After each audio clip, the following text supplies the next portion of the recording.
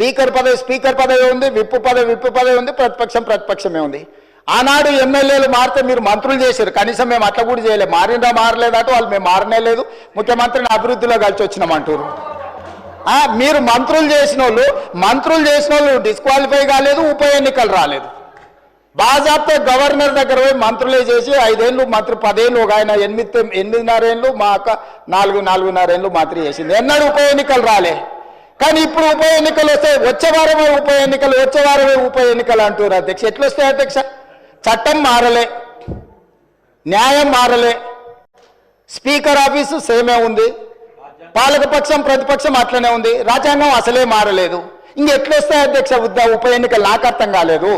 ఏ రాజ్యాంగం ప్రకారం వస్తాయి అధ్యక్ష? డాక్టర్ బాబాసాహెబ్ అంబేద్కర్ గారు రచించిన రాజ్యాంగం ప్రకారము గత అనుభవాల దృష్ట్యా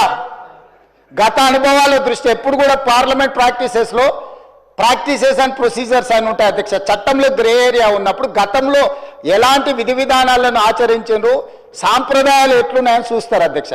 2014 నుంచి 2019, 2019 నుంచి 2023 వరకు ఏ సాంప్రదాయాలను ఈ సభ ఆచరించిందో అచ్చం గదే సాంప్రదాయాలను మనం ఆచరిస్తాం అధ్యక్ష. అంతే కదా అధ్యక్ష?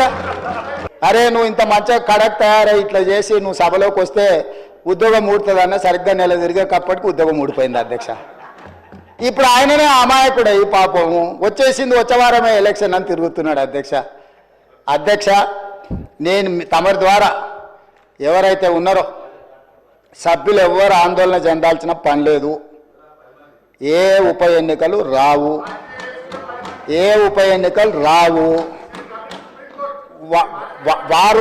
వారి ఉప ఎన్నికలు వారు కోరుకున్నా రావు. ఎందుకంటే ఒకవేళ వారు ఇటొచ్చినా ఎటొచ్చినా ఏ ఉప ఎన్నికలు రావు.